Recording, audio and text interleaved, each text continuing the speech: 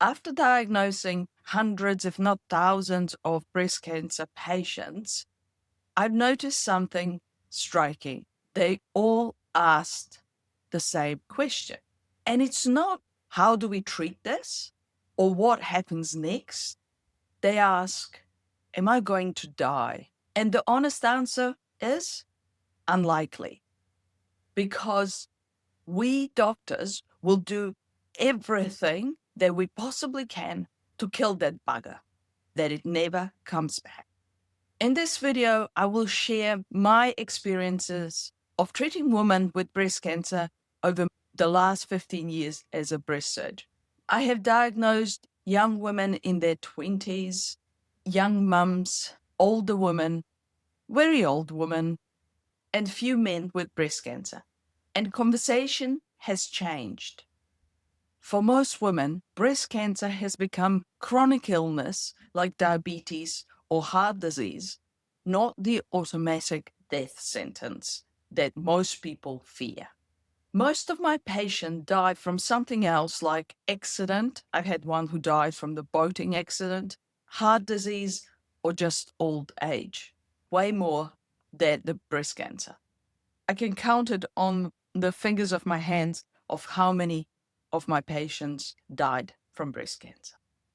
It's rare. But this question, am I going to die, tells me everything I need to know about my patients and what's really going through their head. It's not really about statistics. It's about fear, uncertainty, and what their life is going to look like. Why do we fear breast cancer so much? That's because for decades it was whispered about, hidden. We as women lost our femininity, our identity as women because of the breasts. And that fear got baked into our culture with all this worst case scenarios that we see in newspapers, online, whether that's celebrity diagnoses or survival stories, and they all focus on a struggle. We actually very rarely see the thousands of women living normal lives after their treatment. But in getting this diagnosis of breast cancer, there is a real fear. And it's a loss of control that we thought that we had. And now, all of a sudden, you feel like your own body has betrayed you. That no matter what you've done to prevent this from happening, it's here. And suddenly the doctors are making all these decisions and not you. And that loss of power, feeling powerless, and on top of that, the whole unknown, what's going to happen, is terrifying. You are going to be okay. Your family, your friends, your doctors, and everyone around you will help you. We go through this together. Different ways, but we go through this together. You're not alone in this journey. If you're newly diagnosed, please save this video and come to it later. You cannot remember everything. And if you know someone who's just been diagnosed, please send that to them. Because the first thing that person who's just been diagnosed with breast cancer needs to hear is that she's going to be okay. Here is what I wish that every newly diagnosed woman, wherever she lives in the world, would know before she spirals. The data has changed, and I mean completely changed. Breast cancer is common. In a Western world, depending which country you look, United States, Australia, America, New Zealand, 1 in 7 or 1 in 9 women will get breast cancer throughout their lifetime. That's how common it is. It's bloody common. What that means in the United States, there are around 300,000 to 320,000 women diagnosed each year with breast cancer. In New Zealand, that number is around 3,500 to 3,700. And that's because we only have 5 million people, while America has, I'm not sure, over 300 million. And breast cancer has become so common that we all know someone who has been diagnosed with breast cancer. And more likely we know more than one woman. What about the outcomes? The numbers are quite reassuring if that exists. I mean, we're talking about stage 1, stage 2 disease, which is where most women will fall into. The 10-year survival rates are over 90%.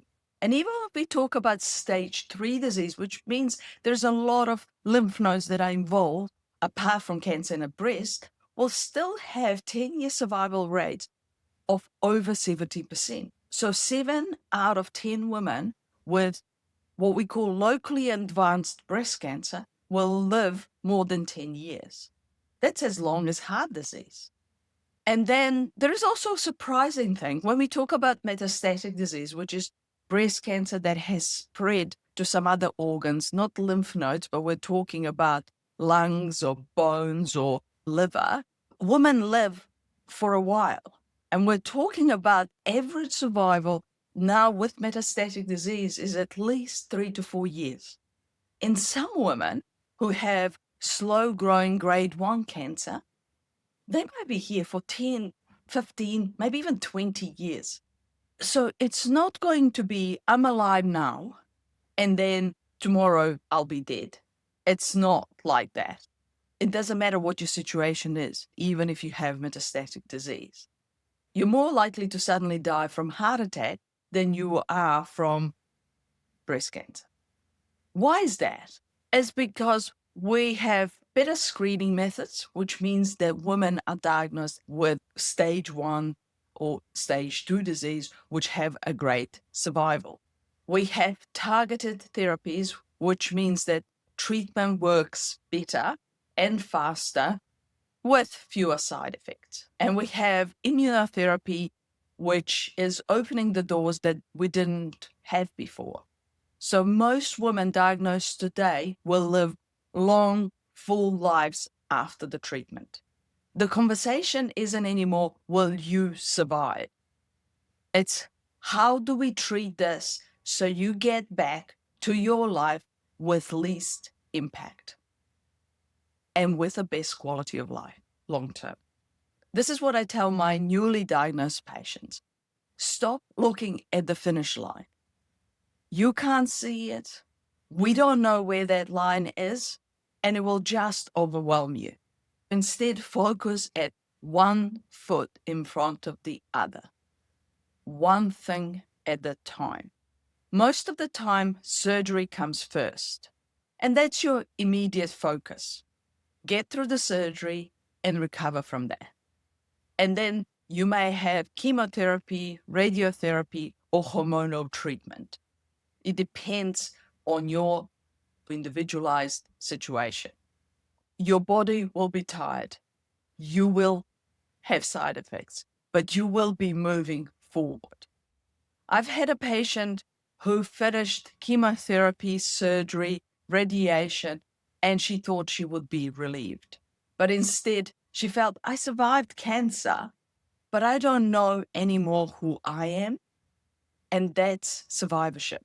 And she's not the only one. There's a lot of patients in this boat. When we talk about survivorship, there is physical stuff like tiredness, joint pain, brain fog, and all this makes you like you're losing your mind. You might go into menopause, which you are not expecting because you're a young woman, and you have to deal with changes in fertility as well as sexuality. And others are processing the trauma that their body went through because they feel like they're not the same, they don't look the same. And then there is a psychological impact. That's where the grief hits. And at some stage, everyone goes through this process. Relief, then the treatment is over, but then you have this fear that every ache, that every pain that you go through makes you wonder, is the cancer back? And that anxiety is actually exhausting, almost as exhausting as the treatment itself. I still have patients who come to see me and have a mammogram 20 years or more after their treatment. And as soon as I tell them mammogram looks okay, that whole anxiety kind of just goes away. And this is 20 years after. Can you imagine just the first mammogram after your diagnosis? It's often the worst thing because it brings all these memories back, all these fears. And this survivorship is not a finish line you cross and you're done. I finished it.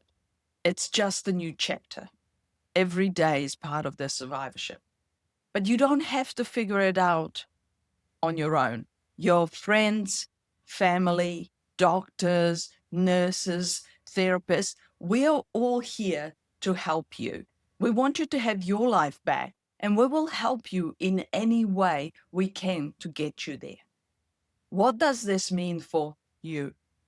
The mortality rate for breast cancer in the United States is 13 out of 100 women. So that's 13%. In New Zealand is 18% or 18 out of 100 women who are diagnosed. This means that most of us will make it through the diagnosis of breast cancer. Most of us as women will survive. Most of us will get to tell our story. And as said earlier, I have diagnosed women in their 20s, young mums, women my age, very old women, and some men with breast cancer. And most of them will die from something like accident or heart disease or just old age rather than breast cancer. So you're going to be okay. Here is what I want you to do. If this video has helped you, please save it and share it with someone who needs to hear this. And drop a comment below about your story and about your fears. Once you've written these fears down and once you verbalize them, they're not so scary anymore because now you know facts. Most of us will be here despite our diagnosis of breast cancer for many years to come.